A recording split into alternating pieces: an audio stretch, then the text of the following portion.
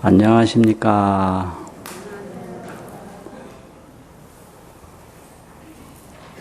오늘 말씀은 지난 법회에 이어서 고향나그네의 고향찾기, 고향나그네의 고향찾기 이런 제목으로 말씀드리겠습니다. 지난달에는 일이 있어서 못 나왔는데요. 그 전달에 무슨 나그네였죠? 무슨 나그네죠? 고향의 나그네. 다 잊어버리셨어요? 고향의 나그네라 이런 내용을 말씀드렸는데요. 오늘은 고향 나그네의 고향 찾기 이런 내용으로 말씀드리겠습니다. 그럼 우리가 말하는 고향, 불교에서 말하는 고향은 어디일까?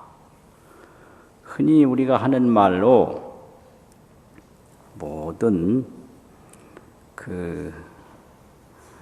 매임과 얽힘 이런 고통에서 벗어나는 세계를 해탈이라고 합니다. 해탈이 고향이죠. 또 이제 중생들은 매일같이 원하는 대로 안 되고 원하지 않는 것이 다가오고 이런 대립, 갈등이 심하거든요. 그런 것이 모두 평화롭게 조화가 되고 해결된 것을 열반이라고 그래요. 열반. 그래서 흔히 하는 말로 해탈열반 이렇게 얘기를 합니다. 그게 불교의 고향입니다. 그러니까 불교에서 일체 중생이 나그네 생활을 하는데 그 나그네 생활이라는 것이 자꾸 쫓기고 매이고 얽혀요. 그리고 자꾸 부딪히고 고통스러워요. 그러니까 거기서 쫓김이 없고 매이지 않고 얽히지 아니하고 서로 부딪히고 대립하지 아니하고 그 자유롭고 평화로운 데로 돌아가면 그것이 뭐냐? 바로 해탈열반인데 고향과 나그네로 이제 비유를 해서 설명하면 그게 바로 고향이라는 거죠. 그러면 고향은 어떤 곳인가? 초기 불교에서는 해탈을 이룬다, 열반을 이룬다라고만 얘기했지. 해탈의 성격이 뭐다, 열반이 어떤 곳이다, 이런 건 설명이 잘 없어요. 그런데 이제 대승불교에 와서 그걸 설명을 했습니다. 그러면 해탈열반이라는 것은 도대체 어떤 곳인가? 첫째로 죽음이 없는 곳이다 이거예요. 죽음이란 거긴 없다. 그래서 무량수라는 말이 등장을 했습니다. 수명이 이제 한계가 있으면 아무리 오래 살아도 무량수는 아니에요. 무량이라는 얘기는 끝이 없다는 말이거든요. 그래서 무량수, 그걸 아미타라고 그러거든요. 아미타. 그게 죽음이 없는 거예요. 그게 해탈이죠. 그게 고향입니다. 중생의 고향. 또 몸이 거기에는 끝이 없다라는 거예요. 그 해탈열반의 몸은, 우리가 해탈을 이룬 몸은 끝이 없다. 그래서 이제 그것을 무량광이라고 합니다. 광명이 무량하다, 수명이 무량하다. 이 말은 해탈열반의 수명은 죽음이 없다, 해탈열반의 몸은 끝이 없다 이거예요. 그게 무량광이죠. 그래서 우리 몸이 아무리 커도 방석 하나면 끝나지 않습니까? 그렇잖아요. 그래가지고 되겠어요. 거기는 끝이 없다, 주변 법계, 변만 법계, 법계에 차고 끝이 없다. 이래서 무량광이거든요. 근데 이거를 화엄경에서는 열애현상품에서 불신이 충만어 법계라. 그 해탈열반을 얻은 몸이 부처님 몸인데 그 부처님 몸은 온 법계에 꽉 찼다. 이게 충만이거든요. 불신이 부처님 몸이 충만어 법계라. 법계에 가득해요. 그게 바로 해탈열반의 몸이죠. 불신. 그러면 그 세계가 바로 고향인데 그 고향을 이제 느끼는 감정의 세계로 이제 얘기를 하면 대안이라는 거예요. 대안. 크게 편안한 세계다. 이거죠. 해탈열반의 세계가 크다. 편안하다. 큰 걸 대라고 그러잖아요. 대. 작은 걸 소라고 그러고. 저 음식점에 가도 대냐 소냐 이래 묻잖아요. 그렇잖아요. 대로 하나 주세요. 소로 하나 주세요. 그러잖아요. 그게 편안한 게 그저 잠시 편안하고 말고 오늘 편안하고 말고 그건 대안이 아니고요. 끝없이 편안한 세계. 어디를 가나 편안한 세계. 그렇기 때문에 대안이라고 그럽니다. 대안. 그래서 원효 스님의 스승되는 스님이 있었다고 그러죠. 신라시대에. 그분이 호가 대안 스님인데요. 그 왜 대안이냐 그러면 별명이에요. 네, 그냥 반은 거리로 돌아다니면서 대안 이렇게 고함을 질렀대요.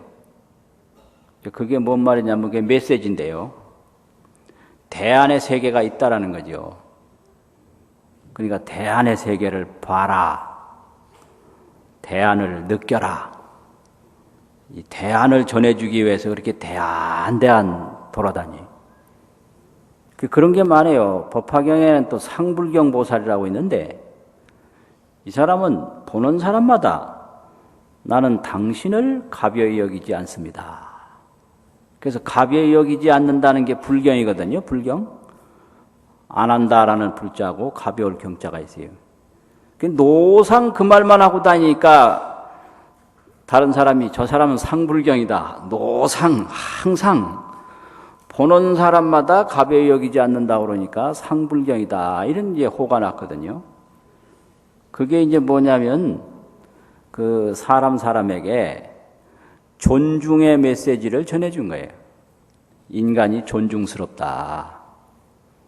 가벼이 여길 존재가 아니다 이거죠. 그 인간은 편안함을 얻을 수 있다. 이 대안이란 말이죠. 아주 중요한 메시지예요. 대안. 그래서 무량수, 무량각, 또 해탈열반 이런 것이 크게 편안한 세계니까 대안이지요. 또 늘 즐거워. 이걸 상락이라고 그래요. 늘 즐겁다고. 항상 상자가 있잖아요. 즐거울 낙자가 있고. 상락. 항상 즐거운 세계가 그게 해탈열반의 세계입니다. 그것이 바로 우리의 고향으로 돌아갈 고향이에요. 고향. 그리고 늘 그 편안함과 즐거움이 없어지질 않아요. 그래서 그걸 안락이라 해요. 그래서 극락세계는 안락세계다. 무엇이 행복인가? 안락이 행복이죠. 안락이라고 하는 것은 그 편안하다는 의미가 두려움이 없고 무서움이 없고 갈등이 없고 고뇌가 없는 그게 편안함이거든요. 그렇다고 해서 그런 거 없는 걸로 끝나냐 그러면 그게 아니고 기쁨을 항상 느끼니까 그게 낙이란 말이에요. 그래서 낙. 그러니까 이게 이제 상락이고 대안이고 안락의 이런 세계인데 그 성격을 보면 그 세계는 무량수 무량광 해탈열반의 세계가 있다 이거죠. 그게 우리의 돌아갈 고향이에요. 근데 그곳이 어딘가 이 말이에요. 그곳이 알아야 돌아가죠. 알아야. 그런데 우리는 늘 그 속에 있다는 거예요. 이게 아주 문제예요. 이게 이제 고향의 나그네, 고향에 있으면서 늘 나그네 생활을 한다. 이게 고향의 나그네거든요. 그러면 해탈, 열반, 무량수, 무량광 세계에 중생이 있는 거예요. 그 세계 따로 있고 저 세계 따로 있고 그게 아니에요. 그래서 있는데 단 보지 못하고 느끼지 못할 뿐입니다. 그럼 뭐 어떻게 해야 못 느끼냐? 그것은 반야로 느낀다. 그래서 이게 반야바람이 그러거든요. 그래서 그 세계는 반야로 돌아가는 거예요. 반야. 지혜로 돌아간다 이 말이죠. 이게 반야바람이에요. 그러니까 우리가 극락을 갈 때 비행기를 타야 갑니까? 아니면 자전거를 타야 갑니까? 뭘 타야 가요? 비행기 극락 가려면 표를 어디가 사야 돼요? 이게 문제예요.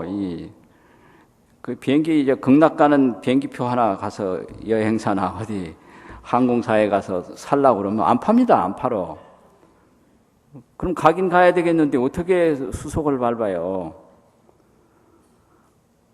그래서 이건 극락은 몸으로 가는 게 아니고 반야로 간다.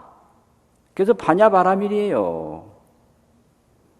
그래서 몸이 움직이든 안 움직이든 몸이 서 있든 앉아 있든 이건 상관이 없는 거예요.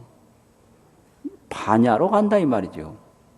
그래서 재 지낼 때 재밌어요. 아주 재밌어요. 옛날 어른 스님들이 참 잘해 놓으셨어요. 이제 극락세계를 어떻게 가느냐 그러면 이제 이거 법당에서 저쪽 옷 태우고 하는 소대에까지 그 배를 만들고 배에다 무슨 그림 그리죠? 무슨 그림이죠? 용 그림을 그리거든요. 이걸 반야용선이라고 그래요. 이 반야용선을 타고 사바세계에서 극락세계로 간다 이거죠. 사바세계는 이 중생이 고통받는 세계가 사바세계거든요. 쉽게 말하면 그게 나그네예요. 그럼 사바세계에서 극락세계의 거리가 얼마냐 도대체. 뭘 타고 가야 되냐 뭐 이 얘기인데 아주 재미있어요.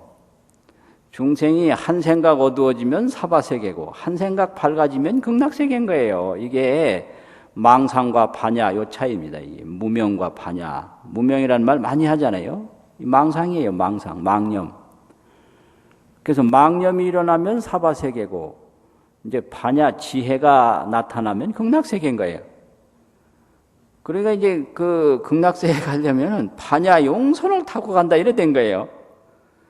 그러면 그 지혜 공덕으로 간다 이 소리예요. 그 용이라는 건 공덕의 상징이거든요. 그 부처님이 세상에 오실 때 용이 물 뿜어서 부처님 목욕시켰다고 그러지 않습니까? 구룡토소, 불신, 관욕 이런 말이 있거든요. 9마리 용이 물을 뿜어서 이게 구룡이 토수예요. 불신 부처님 몸을 목욕을 시킨다. 이 목욕을 관욕이라고 그러거든요. 관욕. 그 목욕했다 이런 것보다도 부처님 목욕한다 이거보다 부처님 관욕한다. 이런 건데 이제 요새는 언어가 전부 대중화돼서 이런 특수 언어가 사라지긴 합니다만은 이게 그런 용어거든요. 그래서 물을 뿜어서 부처님 몸을 목욕을 시키는 것이 용이다. 이게 공덕의 뜻이죠. 또 비를 내리어서 산천초목을 자라게 하는 것이 용이다. 이렇게 돼요. 그러니까 용 그러면 이 동아시아에서는 공덕의 상징으로 보죠. 또 정치를 잘해서 백성을 편안하게 해야 임금이다. 이런 뜻으로 임금이 앉는 상을 용상이라 이러거든요. 그러니까 이제 이런 건데 반야의 공덕으로 간다. 이게 이제 반야용선이에요. 그래서 이제 극락세계로 이제 가는데 가게 되면 반야바라밀 앉아 있거나 서 있거나 그 지혜의 눈을 뜨면 바로 극락세계다. 바로 해탈열반이다. 이 말이거든요. 그러면 이제 우리가 같은 이 공간인데 어리석은 생각으로 보면 고통세계고 지혜로운 생각으로 보면 극락세계인 거예요. 그러니까 이 물건 하나가 이게 극락세계냐 사바세계냐 이렇게 이제 질문을 하면 한번 대답해 보세요. 이게 극락세계겠습니까? 사바세계겠습니까? 지금까지 설명한 힌트만 가지고도 정답이 나올 거 아니에요? 정답 나오죠. 이걸 어리석은 생각으로 보면 이게 사바세계, 이게 고통의 세계가 되는 거예요, 이게요. 저걸 뺏느냐, 뺏기느냐, 지키느냐, 잃어버리느냐, 이 근심, 걱정 덩어리요, 이게 아주. 그렇잖아요. 이게 지혜로운 생각으로 보면 이게 바로 극락세계예요. 이게 바로 이제 편안한 것이고, 그게 바로 뭐 즐거운 것이고, 그렇다 이 말이에요. 그게 차이가 요 차이예요. 예, 이게 고향이냐, 타향이냐 하는 게, 어리석은 생각으로 헤매면 바로 그 자리가 타향이고, 지혜로운 마음으로 안정을 하면 바로 그 자리가 고향이다. 그래서 그건 오직 밝은 지혜로 이루어진다라고 그래서 반야바라밀이라 이렇게 얘기를 했어요. 반야바라밀이라. 그래서 반야로 가는 거기 때문에 누가 가는지 안 가는지도 몰라요. 형상으로 가는 게 아니라 네가 극락 갔나 안 갔나. 그러면 이걸 놓고 이게 사바세계냐 극락세계냐 이렇게 묻는 것과 같은 거예요. 그러니까 내가 지혜를 성취했으면 간 것이고 지혜를 성취하지 못했으면 못 간 것이거든요. 그런데 더 중요한 것은 사바세계, 극락세계를 누가 만드는가 이게 중요해요. 누가 만들어요? 예? 사바세계, 극락세계를 도대체 누가 만드는가 이 말이죠. 물 좀 잠시 마시겠습니다.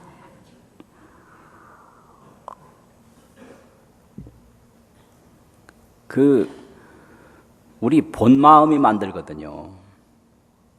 본마음. 그걸 부처님이 가르쳐 주시는 게 대승불교예요. 이제 불교가 남방불교가 있고 북방불교가 있는데 남방불교를 소승불교라고도 하는데 그게 원시불교고 초기불교거든요. 처음 가르치신 불교예요. 인도라든지 스리랑카, 태국 다 초기불교. 그게 대승불교는 후기불교거든요. 그게 그만큼 발전이 된 거예요. 그런데 이제 이 남방불교 초기불교에서는 제일 관심의 대상을 두는 게 우리 몸입니다. 몸. 그래서 무상, 고, 무아 뭐 이런 얘기가 있는데요. 뭐가 무상하냐? 몸이 무상하다는 얘기예요. 몸이.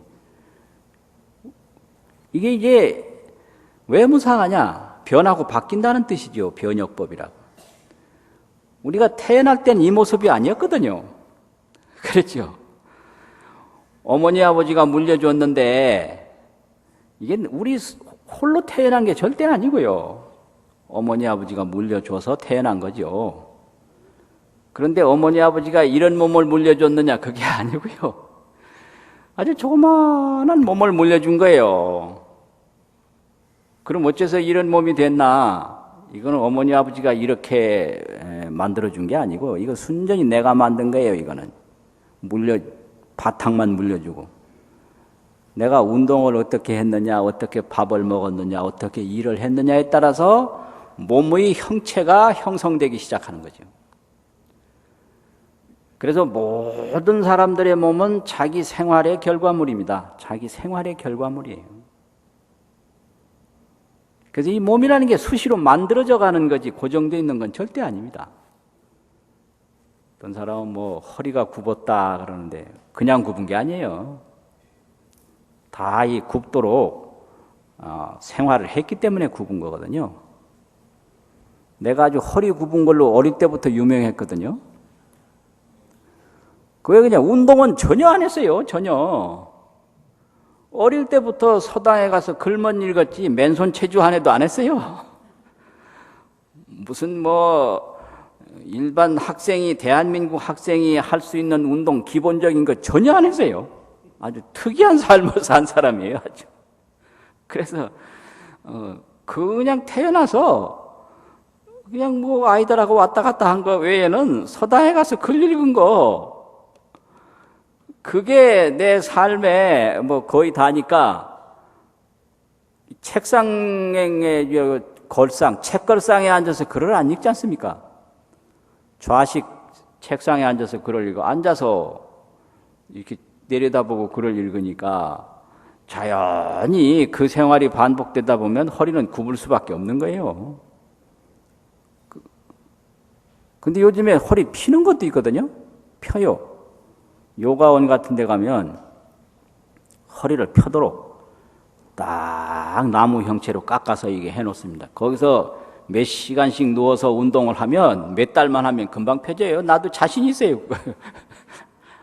펼 자신이 있습니다. 근데 그거 안 하는 거예요. 안 한단 말이에요. 그러니까 몸이 뚱뚱한 거라든지 날씬한 거라든지 몸이 어떤 형태로 이루어진 거라든지 전부 자기 자신의 생활에 의해서 만들어지는 것이지 누가 갖다 주는 게 아니다. 이게 변하는 거예요. 그러면 8, 90대 몸 또 변하죠. 수시로 변해요. 그래 무상한 거예요. 그러니까 늙기 싫어도 늙는 거예요. 죽기 싫어도 죽고 병나기 싫어도 병나고 이게 괴로운 거예요. 이게 무상고안이거든요. 이게 무상하니까 고가 오는 거거든요. 거기 내 마음대로 되는 게 없다. 이게 무아예요. 그래서 흔히 초기 불교에서 말할 때 무상이요, 고통이요, 무아다 이런 말을 하거든요. 그러면 뭐가 그러냐? 거기 주어가 빠졌는데 우리 몸이 그렇다는 얘기죠. 우리 몸이 무상한 것이고 고통스러운 것이고 변하지 않는 나라는 것이 없는 것이다. 무아이다. 그 주어가 몸이거든요. 그게 이제 초기 불교예요. 그래서 그 몸의 모든 고통으로부터 벗어나는 것이 해탈열반이다. 이렇게 이제 설명을 하거든요. 근데 대승불교에서는 그럼 몸은 누가 만드냐 이거예요. 그게 바로 본성, 청정심이다. 이걸 얘기해요. 대승불교에서는. 그래서 대승불교에서는 몸과 세계를 누가 만드냐? 바로 우리 본래의 마음이 만든다. 이걸 열애장이라고도 하고 진여심이라고도 하고 본성심인데요. 그래서 대승불교에서는 마음을 자꾸 얘기하는 거예요. 그래서 마음을 얘기하니까 마음이 몸도 만들고 마음이 세계도 만든다. 이게 이제 흔히 화엄경에서 하는 말로 일체유심조 그거거든요. 그럼 사바세계를 누가 만드냐? 극락세계를 누가 만드냐? 마음이 만든다는 거예요. 이게 대승불교입니다. 그러니까 몸을 누가 만드냐? 역시 마음이 만든다. 그래서 마음이 업을 지으면 업이 세계를 만들거든요. 그래서 우리 몸 이게 우리 업의 아주 업적물이다 이거죠. 그래서 이 몸만 자세히 조사해보면 내가 평생에 무슨 일을 했는지 이거 다 드러나요. 뭘 먹었는지 다 드러납니다. 이게 못 속여요 이거. 무슨 일을 했는지 무슨 생각을 했는데까지도 다 할 수가 있는 게 이 몸이에요. 이게 업의 결과물인 거예요. 이걸 업과라고 그러잖아요. 업과 업의 결과라고. 그럼 업은 누가 지었는가? 그 업을 짓는 그 주체가 그게 본성이고 그게 본심이라는 거죠. 본심. 그래서 모든 것은 몸도 우리 본래 몸이 만들고 또 세계도 우리 본래 몸이 만들고 이걸 가르치는 게 경전인데 그 중요한 경전이 화엄경이거든요. 그래서 그 일체유심조라는 말이 화엄경에 있는 말이죠. 그래서 그 화엄경에 몇 가지 개송이 있어서 이거 적어 봤거든요. 요새는 생각을 해놨다가도 얘기하려면 잊어버려요. 왜 잊어버릴까요? 금방 얘기했지요. 무상하니까. 무상하니까. 그래서 자기 기억력 머리 좋은 거 믿고 오만했다간 큰일 나요. 그거 믿을 거 못 돼요. 옛날에는 나도 메모 안 해도 자신 있었거든요. 근데 그거 아니에요. 이 기억력 절대 믿을 거 못 되고, 또 어떤 사람 믿을 거 못 되고, 옛날 그 사람한테 부탁하면 다 했는데 요새 못 해요.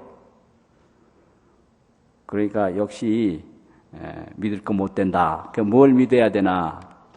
늘 자기 마음으로 일으키는 공덕밖에는 믿을 게 없다. 공덕을 믿고 공덕을 지어야 되지, 머리 좋은 거 믿는다든지 어떤 세력에 믿는다든지 했다가는 그거 허망해요.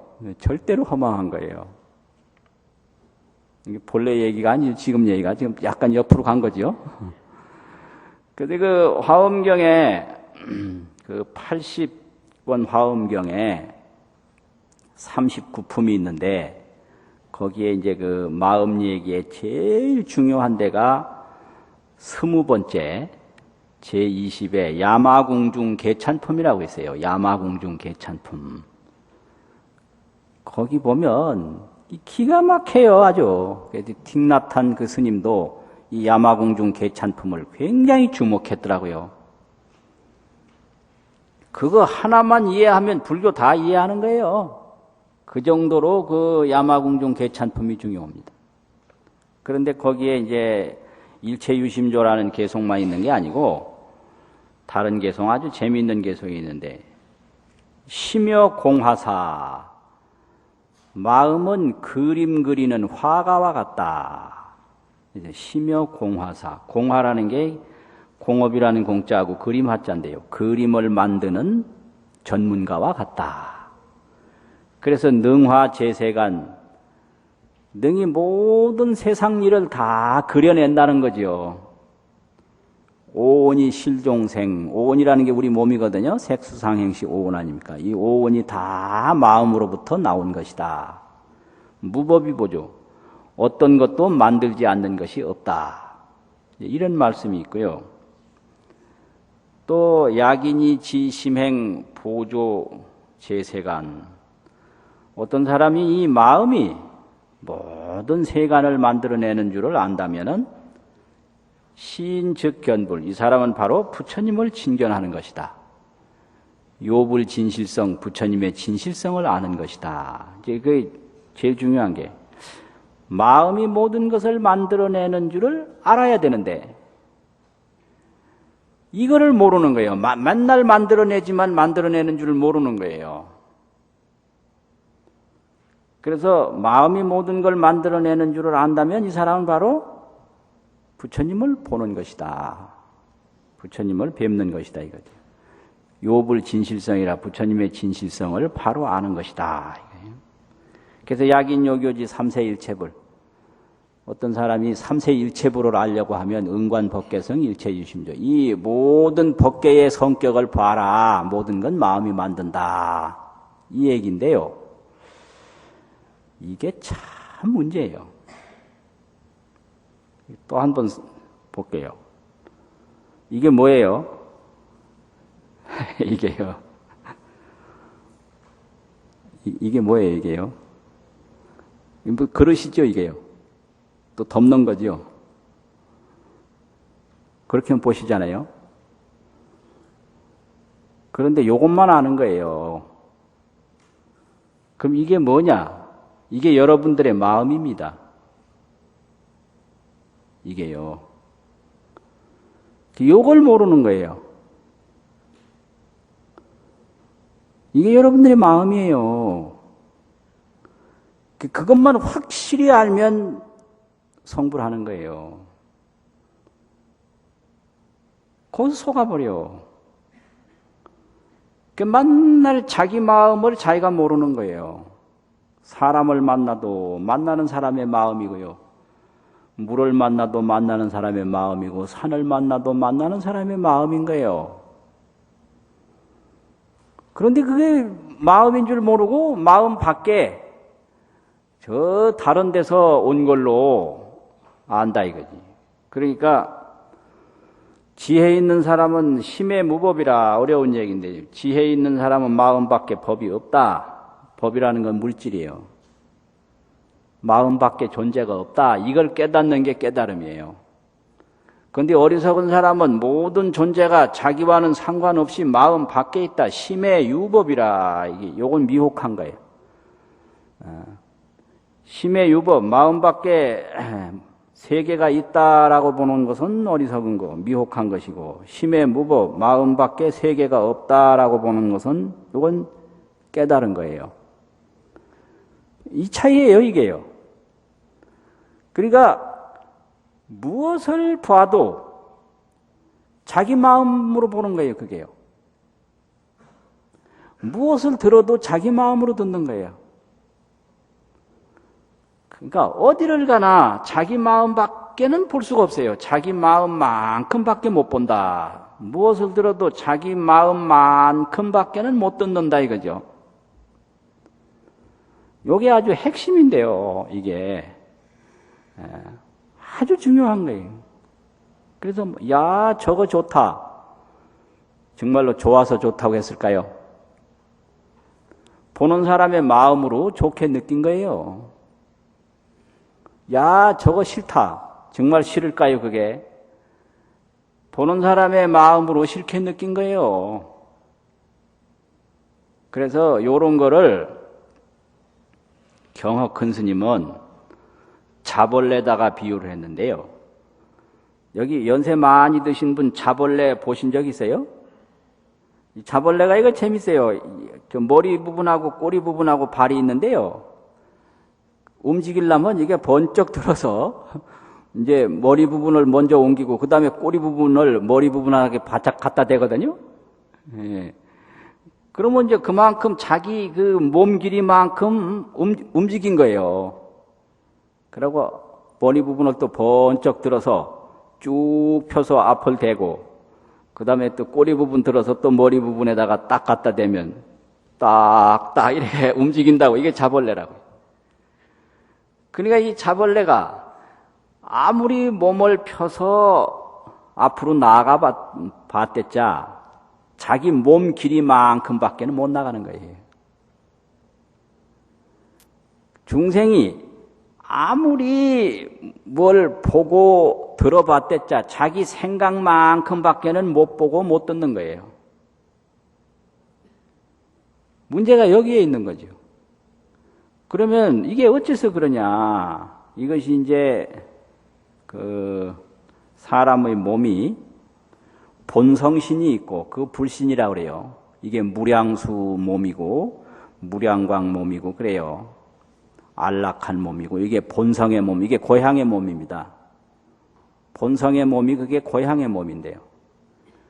근데 우리가 지금 한평생 왔다 갔다 하는 몸은 연생신이라고 합니다. 인연에 의해서 탄생한 몸이다. 연생신. 인연 연자가 있고 태어날 생자가 있거든요. 이게 연생이에요. 연생이라고 하는 거니까 이게 태어날 때부터 아버님, 어머님이 안 계시면 못 태어난 거 아닙니까? 누가 뭐래도 이 몸은 부모가 물려준 몸입니다, 이게요. 또 내가 키운 몸이에요.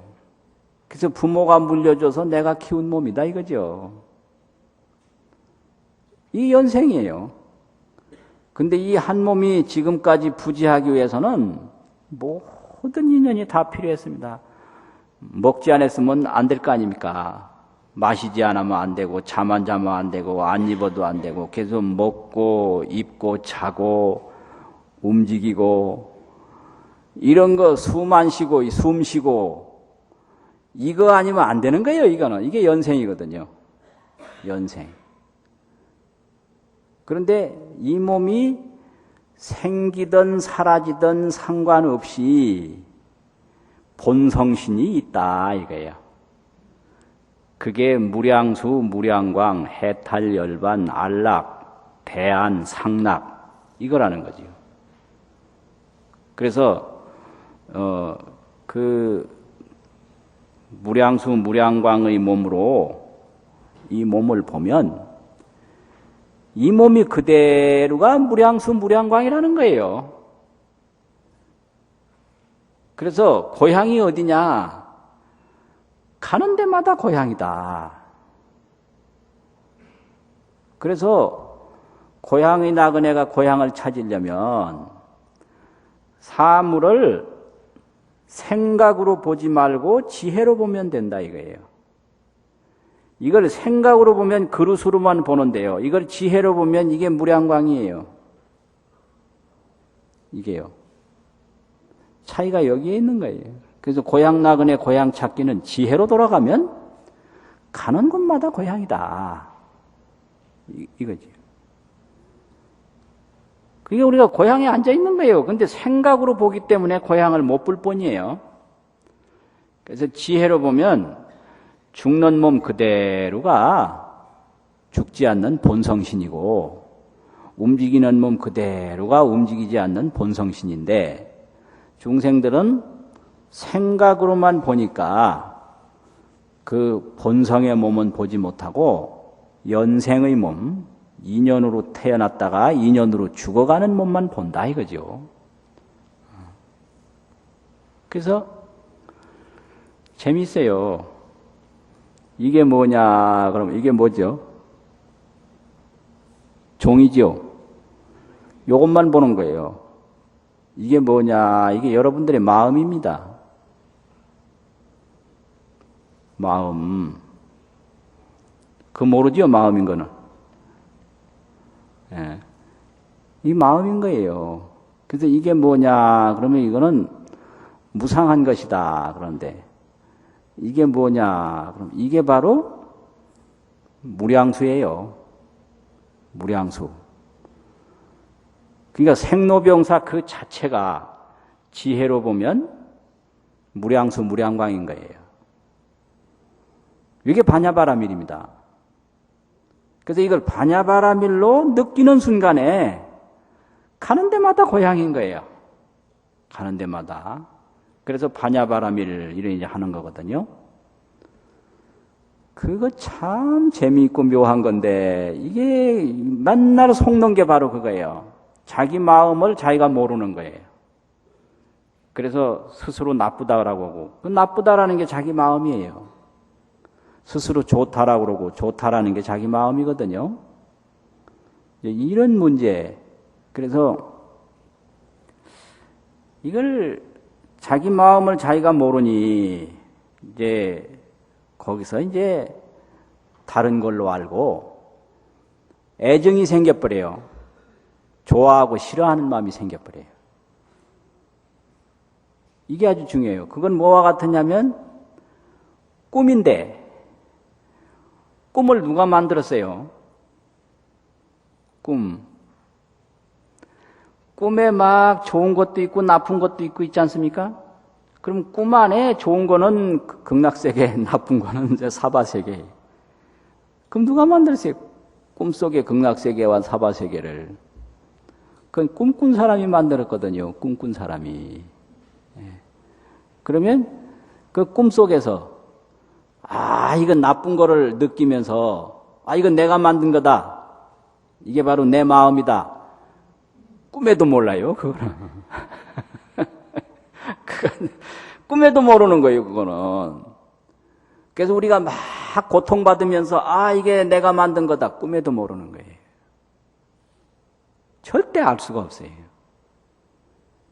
이제 이 반야로 돌아갔을 때 비로소 알거든요. 그러면 꿈꾸던 사람이 꿈에서 깨어났을 때 그게 나의 꿈에 의해서 보여진 세계구나. 그때 알지. 꿈에서 깨어나기 전에는 자기 꿈으로 그게 나타난 거라고는 꿈에도 모르거든요. 이게 중생입니다. 이게. 그래서 만나는 것마다 자기 고향이고 만나는 것마다 자기의 마음인데 중생들은 항상 그걸 꿈속에서 꿈인 줄 모르고 꿈을 꾸듯이 그 자기 고향에서 고향인 줄 모르고 이제 돌아다닌다. 이 말이거든요. 그래서 이제 이런 얘기가 경전 중에 많이 있습니다. 그래서 이제 우리나라 이 기본 불교 교과서에서도 기신론이 있고 능엄경이 있고 원각경이 있는데 그건 전부 다른 게 아니라 이 일체유심조를 해석하는 경이에요. 그래서 기본은 일체유심조 이거거든요. 이건데 그 능엄원각이라든지 이런 기신에서는 그 일체유심조를 더 구체적으로 설명하고 있어요. 그렇거든요. 이제 능엄경 같은 데도 보면 불운하 미혹이 나오거든요. 불운하 존자가 이제 부처님한테 질문하는데 그게 미혹을 대변한 질문인데요. 청정본연한데 청정본연의 그 본래 세계인데 운하 홀생 산하대지 어째서 산하대지가 생겼나. 이게 중생들로 볼 때는 아주 절실한 질문 아닙니까? 그러면 이게 본래 세계인데 이 본래 세계에 이런 게 왜 생겼나 이거예요. 이런 게 왜 생겼나. 그런데 거기에 대한 이제 선사의 정답이 뭐냐 그러면 청정본연한데 왜 산하대지를 만들어내느냐. 이게 아주 직설이에요. 그 능엄경에는 이런 말은 없거든요. 없는 바 여러 가지로 설명하는데 산하대지를 누가 만들어 놓은 게 아니라 자기 중생이 만든 거예요. 청정본연한데 왜 산하대지를 지금 만드느냐. 항상 자기가 만들어요. 그래서 자기가 만들고 자기가 빠지고 자기가 그물 놓고 자기가 걸리고 자기가 함정 파고 자기가 빠지고 그게 중생이에요. 그것을 취사라고 그러거든요. 취하고 버리고 좋아하고 싫어하고 그 자기가 좋아하고 싫어하면서 거기에 그냥 빠져서 못 태어나요. 자기가 취하고 버리면서 거기에서 빠져서 못 태어나거든요. 그러니까 이 좋고 나쁜 것이 왜 생겼나. 이거는 좋고 나쁜 것이 나와 상관없이 생긴 걸로 다 알지요. 그런데 그게 아니라 좋고 나쁜 것을 내가 만들어냈다. 이거예요. 다 내가 만들어내는 거다. 이게 일체유심조거든요. 그리고 원각경에서는 중생마음이 본래 청정하다면 왜 무명이 생겼습니까? 이걸 물어요. 이게 금강장 보살장에 나오는데 이게 금강장의 미혹이라고 그래요. 금강장의 미혹이다. 그럼 거기에 어떻게 설명을 했느냐 그러면요. 이 허공에 꽃이 보이는데 허공에 막 꽃이 보인단 말이에요. 그러면 하늘이 본래 깨끗한데 왜 허공에 꽃이 있습니까? 이렇게 질문하고 갔거든요. 그럼 허공에 꽃이 그게 있을까요? 허공의 꽃은 보는 사람의 눈병이 만들어 놓은 거예요. 허공에는 본래 꽃이 없는데 보는 사람의 눈병이다. 그게 이제 병목 생화예요. 병목에 허공에 꽃을 만들었다. 이게 아주 핵심을 지적해 준 말씀이에요. 이것이 이제 공화 생체예요. 공화가 허공의 꽃이 어디서 나왔나? 보는 사람의 눈병에서 나왔다 이 말이죠. 그런데 그것도 모르고 허공이 깨끗한데 어째서 꽃이 나왔냐 이렇게 자기 마음과 상관없이 질문을 한단 말이죠. 이게 미혹이죠. 이게 금강장의 미혹, 불운하의 미혹, 또 꿈의 미혹 이런 거거든요. 청정한 세계에 왜 산하대지 이렇게 좋지 않은 세계가 나왔습니까? 그러니까 청정한 세계에 왜 좋지 않은 세계를 내가 지금 만들어내고 있느냐. 이런 게 선이에요. 이걸 자꾸 풀어서 논리적으로 설명하면 교리가 되거든요. 선을 그렇게 논리적으로 설명하고 이 정서적으로 설명을 해버려요. 그래서 이 정서적 설명은 선이고 논리적 설명은 교입니다. 이게 논리적인 설명이 또 필요해요. 그래서 교도 필요한 거예요. 또 선도 필요하고 이렇게 되는 거지. 그러니까 허공이 깨끗한 하늘에 왜 좋지 않은 꽃이 피었습니까? 아주 재밌어요. 꽃이 없거든요. 근데 그건 내 눈병에 의해서 꽃이 나왔느니라 이거예요. 그러면 이 모든 몸이 생기고 몸이 없어지고 산하대지 우주 만물이 생기고 없어지고 하는 것은 그것은 다 연생이기 때문에 인연에 의해서 생기고 인연에 의해서 없어지는 것이기 때문에 그게 생긴들 없어진들 아무 문제가 안 된다는 겁니다. 근데 다만 중생이 미혹한 마음으로 좋아하고 싫어하는 생각을 일으킬 뿐이다. 그래서 애증만 사라지면 생기든 사라지든 아무 문제가 없다. 그래서 다만 애증이 문제지 생멸이 문제가 아니다 이거예요. 이게 반야바라밀이거든요. 생멸과 애증. 생멸이라는 건 뭐예요? 사람이 태어나고 죽는 거잖아요. 태어나고 죽는 거 그 당연한 거고 좋은 거예요. 그런데 문제는 애증심이 거기 따라가니까 사는 걸 좋아하고 죽는 걸 싫어하니까 문제가 되는 거죠. 그래서 그 본성신과 연생신을 비유로 말하면 본성신은 물과 같아요. 물. 연생신은 파도와 같습니다. 파도. 그러면 물에서 볼 때 파도가 생기든 파도가 사라지든 문제 없는 거예요. 그런데 누가 거기에 파도가 일어나는 걸 좋아하고 파도가 사라지는 걸 싫어한다면 그 좋아하고 싫어하는 사람의 마음속에는 고통이 있는 거거든요.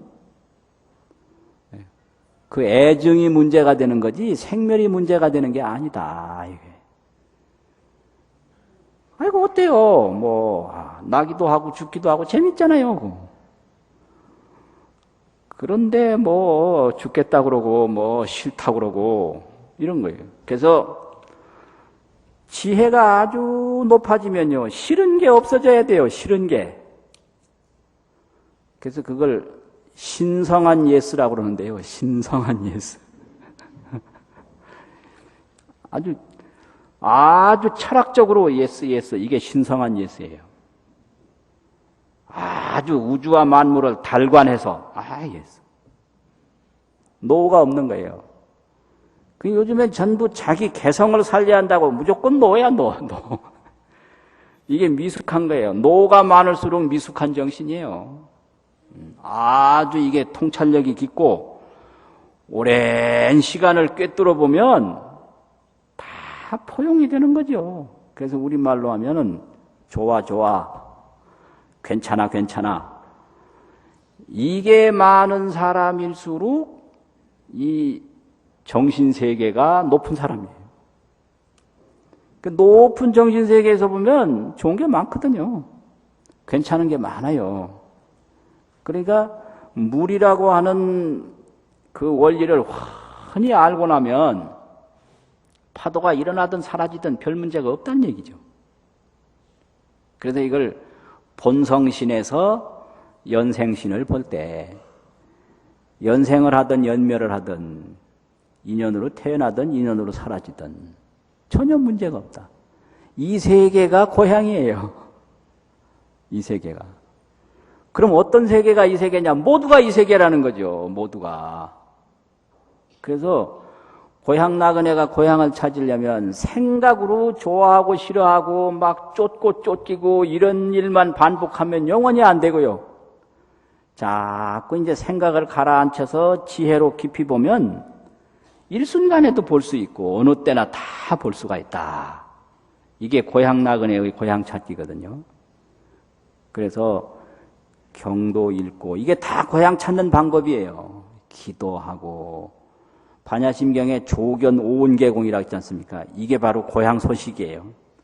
오온이 그게 연생이고요. 그게 우리가 만들어낸 이게 사물이거든요. 근데 이거를 조견하면 조견이라는 건 반야로 본다 이 말이거든요. 지혜로 보면 다 공이다. 공이라는 건 뭐냐? 불생불멸이라는 거예요. 불생불멸. 그럼 어떻게 돼요?